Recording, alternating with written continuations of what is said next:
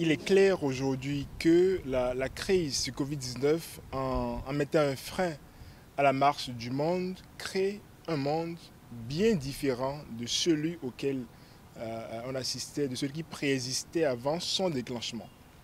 Et donc c'est tout naturellement qu'on peut se poser la question de savoir si nous assistons ou non à la gestation d'un nouvel ordre mondial. Il faut déjà rappeler qu'avant cette crise, nous assistions à un vaste changement dans le monde. La crise du multilatéralisme, le déclin de l'Occident, la montée en puissance de la Chine et la crise du Covid-19 au regard des bouleversements politiques, sociaux, économiques et financiers apparaît comme un révélateur car elle grossit les traits des transformations déjà à l'œuvre. Mais il faut se rendre compte que les tendances géostratégiques en mouvement demeurent constantes. Même si entre la puissance dominante déclinante, l'Occident, et la puissance dominée montante, la Chine, le Covid-19 peut être un accélérateur de passage de témoins. Absolument, mais il faut être prudent. La prudence de l'histoire. Quand on fait un tour dans l'histoire, on se rend compte en effet que le déclin occidental ou le déclin américain en particulier a été annoncé à plusieurs reprises, mais à tort. Juste deux ou trois exemples pour illustrer.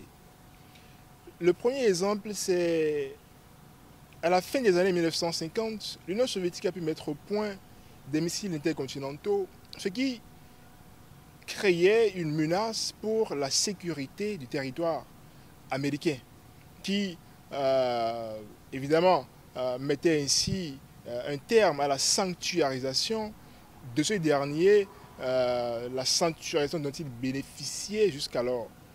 Ça, c'est le premier fait historique important. Deuxième fait historique, c'est dans les années 1970, l'enlisement de la guerre du Vietnam et la fin de la convertibilité du dollar en or entre 1971 et 1973. Troisième exemple que l'on peut prendre, c'est à la fin des années 1980 où les industries automobiles et électroniques nippones semblaient tailler ou mettre en pièces quelque peu les industries automobiles ou électroniques américaines. Et donc à chacun de ces moments de l'histoire, la plupart des observateurs internationaux ont annoncé le déclin de l'Occident.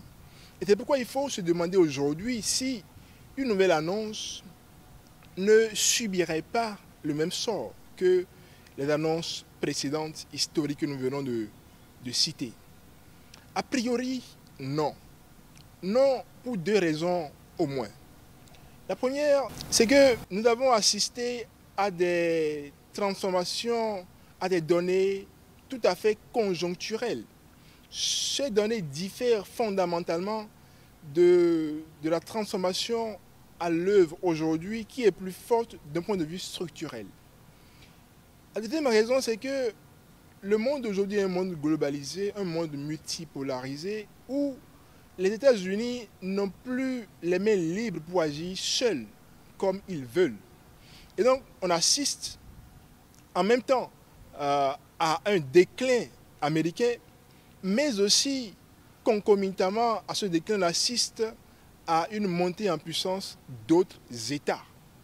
Et on peut ici évoquer Donald Trump qui avait pour slogan de campagne Make America Great Again. Donc il reconnaissait implicitement le déclin occidental, le déclin américain et qu'il fallait faire renaître cette nation indispensable d'alors, mais aujourd'hui qui n'est plus tout à fait sur cette dimension-là. Et donc aujourd'hui, au regard du Covid-19, au regard de l'incapacité de l'Occident à gérer de façon efficiente et efficace cette crise, on se rend compte que l'Occident est fragile et cette fragilité nous fait dire qu'on assiste peut-être à un passage de témoin entre l'Occident et la Chine.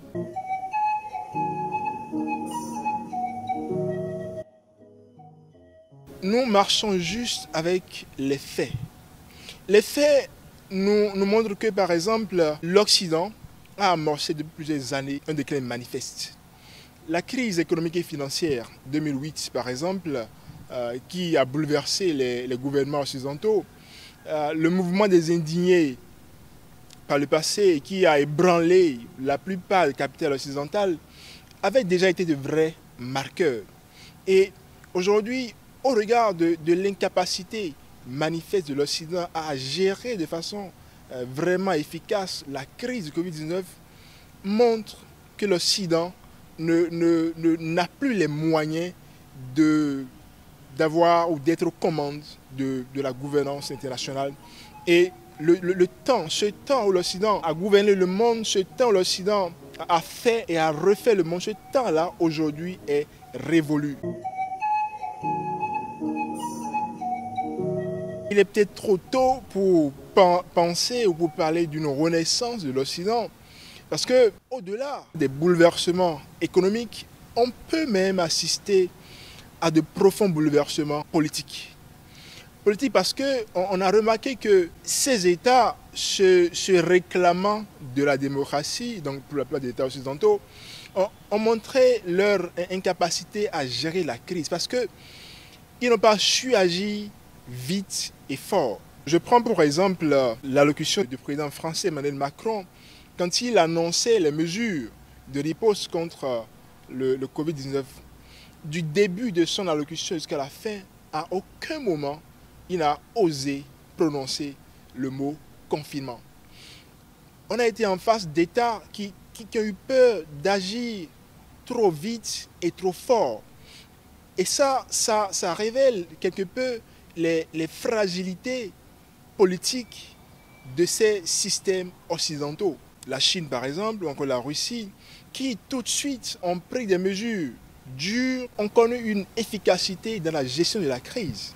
Et donc, ces États se réclamant de la démocratie ont vraiment montré leurs limites. Et on peut, au-delà des bouleversements économiques, on peut assister à une remise en cause profonde du système démocratique lui-même. Parce qu'au fond, la démocratie, si elle n'est pas une utopie, comme le disait Jean-Jacques Rousseau, elle doit cesser d'être une uchronie, comme l'affirmait Espédiologu dans sa thèse de doctorat. La démocratie doit être revitalisée et doit être refondée, comme le préconisait Dominique Rousseau, parce qu'elle doit cesser d'être une question purement théorique et s'adapter et s'inscrire dans une dynamique résolument nouvelle.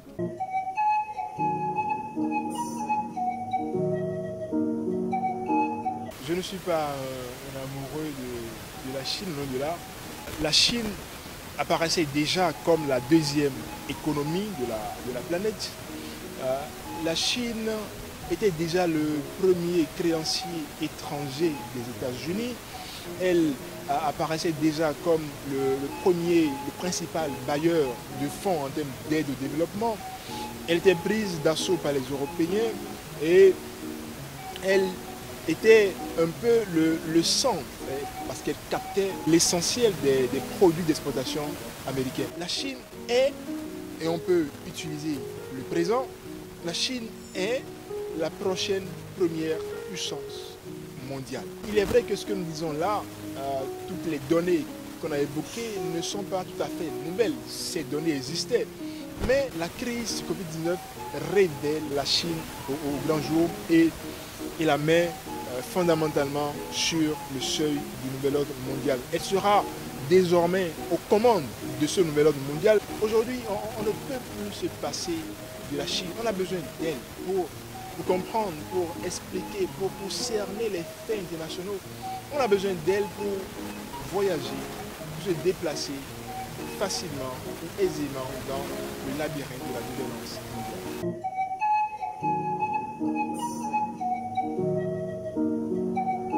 On ne peut pas affirmer que le dessin chinois relève soit de l'inexploré, soit déjà vu. On peut tout au plus considérer que par rapport à ce qu'on voit actuellement, la Chine peut continuer dans sa lancée, mais dans le déjà vu que pourrait nous montrer la Chine, il peut y avoir une grosse part d'inexploré. Et c'est ce que nous enseigne fondamentalement le temps Covid.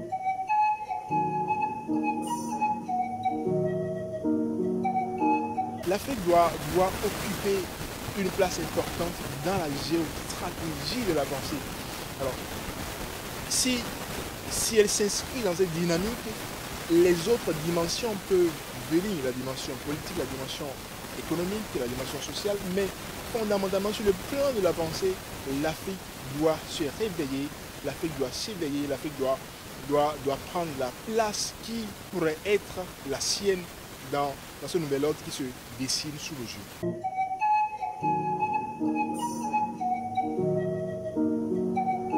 Le dossier que le SIAF consacre déjà à cette crise témoigne de la présence du SIAF, de sa prise de conscience par rapport à cette question-là.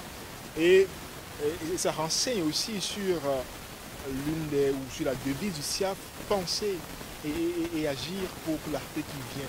Donc penser pour l'avenir et pour le devenir de l'Afrique. Donc le SIAF prend déjà sa place dans la production de réflexions, d'analyse sur la question, production de réflexions, d'analyse sur des questions concrètes, production également de réflexions prospectives sur des situations qui pourraient venir éventuellement, sur les conséquences que l'on peut tirer de telle ou telle question politique, économique, sociale, culturelle, sportive ou autre.